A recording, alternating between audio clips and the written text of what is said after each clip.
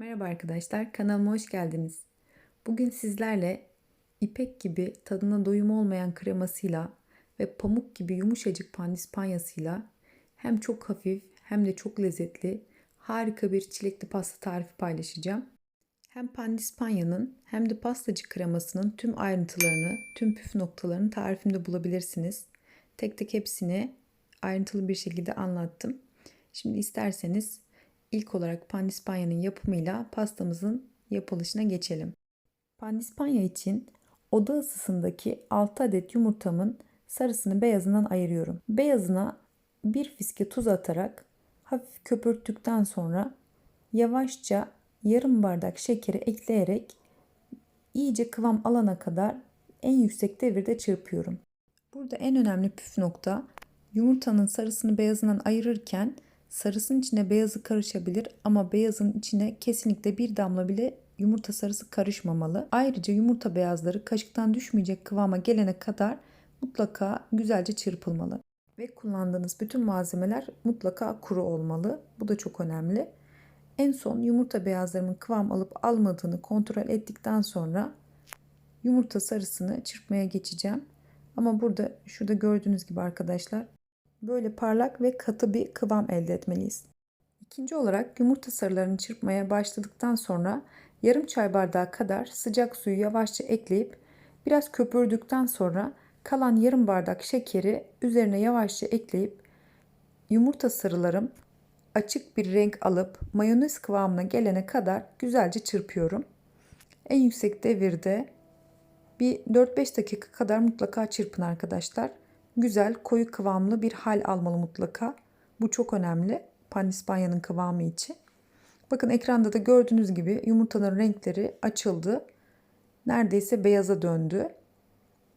Ve güzel bir kıvam aldı. Bu noktadan sonra bir paket vanilin şekeri ve bir miktar portakal kabuğu rendesi ekledim ben. Siz buraya limon kabuğu rendesi de ekleyebilirsiniz veya hiçbir şey eklemeyebilirsiniz. Tamamen size kalmış.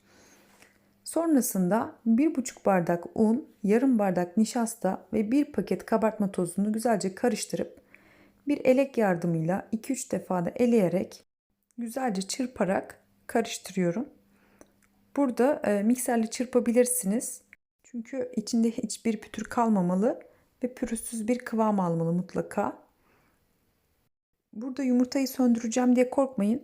Çünkü pandispanyanın kabarıklığını sağlayacak olan yumurta beyazı. Yumurta beyazlarını bir spatula yardımıyla alttan üste katlayarak hamurumuza yedireceğiz. Ama gördüğünüz üzere hamurumuz şu an çok koyu kıvamda. Bundan dolayı yumurta beyazlarının 1/3 kadar bir kısmını ilk etapta mikserle çırpıyorum ve hamuru biraz daha cıvık bir hale getiriyorum. Hamurun biraz cıvık hale geldikten sonra, karışabilir bir hale geldikten sonra yumurta beyazlarının kalan kısmını spatula ile 2 veya 3 seferde hamuruma yavaş yavaş yedirerek söndürmeden ekliyorum. Burası çok önemli. Eğer burada hamuru söndürürseniz pandispanyanız çok fazla kabarmayacak, çok koyu, sert bir halde olacaktır. Bunu da gerçekten istemiyoruz. Pandispanyayı 180 derece fanlı ayarda ısıtılmış fırında yaklaşık 40-45 dakika kadar pişireceğiz. Burada kalıbın büyüklüğü de çok önemli arkadaşlar pişme süresinde. Ben burada 24 santim bir kalıp kullandım ve gördüğünüz üzere hiçbir şekilde kalıbın duvarlarını yağlamıyoruz ve ortası kabarmasın diye hafif kenarlara doğru da pandispanya hamurunu yapıştırıyorum duvarlarına ki aşağı doğru çökmesin. İçindeki hava kabarcıklarını çıkarmak için de 2-3 defa zemine kalıbı vurarak şurada gördüğünüz gibi arkadaşlar fırına gönderiyorum. Yaklaşık 40 dakikada pişti benim pandispanyam. Ve piştikten sonra soğuması için hemen ters çevirin ki içine doğru çökmesin. Burada bir tel kullanabilirsiniz. Daha hızlı soğur. Eğer yoksa bir kağıt havlunun üzerine çıkartabilirsiniz ki soğurken ıslanmasın arkadaşlar. Pandispanya iyice soğuyana kadar çok fazla dokunmayın. Çünkü çok çabuk parçalanabilir. Ve pandispanyayı kesmeden önce mutlaka bir gece bekletmelisiniz. Eğer taze haliyle kesmeye çalışırsanız parçalanacaktır. Streç filmle güzelce sarıp buzdolabında mutlaka bir gece dinlendirin. Hatta isterseniz önceden yapıp buzluğa atabilirsiniz. Pandispanya 3 ay kadar buzlukta saklanabilir. Daha sonrasında oda ısısında kendi kendine tamamen çözündükten sonra direkt pastalarınızda kullanabilirsiniz arkadaşlar. Ben genelde bu şekilde tercih ediyorum. Çok da pratik oluyor. Pasta yapmak istediğim zaman direkt çıkartıp buzluktan bu şekilde kullanıyorum. Şimdi isterseniz pastamızın kremasını yapmaya geçelim. Krema için öncelikle 1 bardak süte 4 kaşık un, 4 kaşık nişasta, 1 bardak şeker ve 3 tane yumurtanın sarısını ekleyip güzelce karıştırıyorum. İyice şekerin içinde erimesini sağlayacak şekilde karıştırıyorum. Bu arada da 4 bardak sütü ocakta ısınmaya bırakıyorum. Sütü kaynatmayacağım, sadece ısıtacağım ve bu karışım, yumurtalı karışım iyice eridikten sonra yavaş yavaş yumurtaları pişirmeden ısınmış olan sıcak sütü temperleyerek ekleyeceğim. Daha sonrasında ocakta sürekli karıştırarak arkadaşlar pastacı kremamı pişireceğim. Bu şekilde pastacı krema hem çok daha hızlı bir şekilde pişiyor hem de hiçbir şekilde dibi tutmadan garanti bir pastacı kreması tarifi oluyor. Genelde hepsini birlikte karıştırıp direkt pişirmeye geçtiğiniz zaman tencerenin dibi tutabiliyor. Ama bu şekilde yaparsanız sonucu belli, garanti bir pastacı kreması elde etmiş oluyorsunuz. Krema orta ateşte güzelce hızlı bir şekilde pişiyor. Gördüğünüz gibi şu kıvamı elde ettikten sonra hafif fokurdamaya başladıktan sonra 50 gram kadar tereyağı ve bir paket vanilin şekeri ekliyorum. Tereyağı iyice eriyene kadar birkaç tur karıştırıp kremayı ocaktan alıyorum arkadaşlar. Burada isteğe bağlı olarak limon kabuğu rendesi de çok az ekleyebilirsiniz.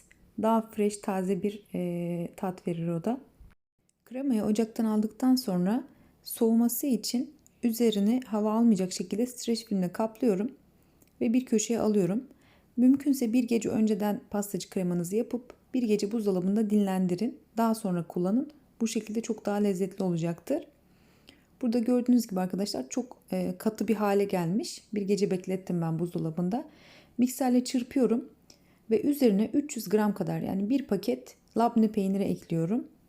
Siz burada bir paket krem şanti de ekleyebilirsiniz veya bir kutu krema da ekleyebilirsiniz. Bu tamamen sizin zevkinize kalmış. Pastacı kremasını labne peynirle yaptığım zaman çok daha hafif bir lezzet çıkıyor ortaya. Eğer biraz daha şekerli bir pastacı kreması istiyorsanız kremadaki şeker miktarını bir bardak değil de 1,5 bardağa çıkartıp içine de paket krem şanti kullanabilirsiniz. O zaman biraz daha şekerli bir lezzet çıkacaktır. Ama ben bu şekilde daha hafif pastacı kremalarını seviyorum. O yüzden genelde labne peynirli yapıyorum. Burada arkadaşlar hepsini güzelce mikserle çırptıktan sonra içinde hiç pürüz kalmasını istemediğim için bir de blenderdan geçirdim. Ve ortaya ipek gibi pürüzsüz, çok güzel kıvamı olan harika bir pastacı kreması çıktı arkadaşlar. Artık pastamı birleştirebilirim. Bir gece buzdolabında beklettiğim pandispanyayı oda ısısında yaklaşık bir 2-3 saat kadar beklettim. İyice kendine geldi. Burada gördüğünüz gibi arkadaşlar çok kolay kesiliyor. Hiçbir şekilde dağılmadan, parçalanmadan ve yumuşacık. Gerçekten pamuk gibi olmuş. Katlara bakarsanız tamamen pürüzsüz. Çok güzel çırptığımız için hiçbir şekilde arada nişasta parçası, un parçası hiçbir şey kalmamış. Çok çok harika, yumuşacık bir pandispanya. Burada arkadaşlar ben pandispanyayı sütle ıslattım. Siz meyve suyuyla da ıslatabilirsiniz. Veya bazen kahveyle de ıslatanlar oluyor. Ama burada ben çilekli bir pasta yapacağım. Ondan dolayı süt veya bir meyve suyu çok daha güzel yakışacaktır. İlk katına kremayı sürdükten sonra çilek koydum ben. Ama siz başka meyvelerde dediğim gibi tercih edebilirsiniz.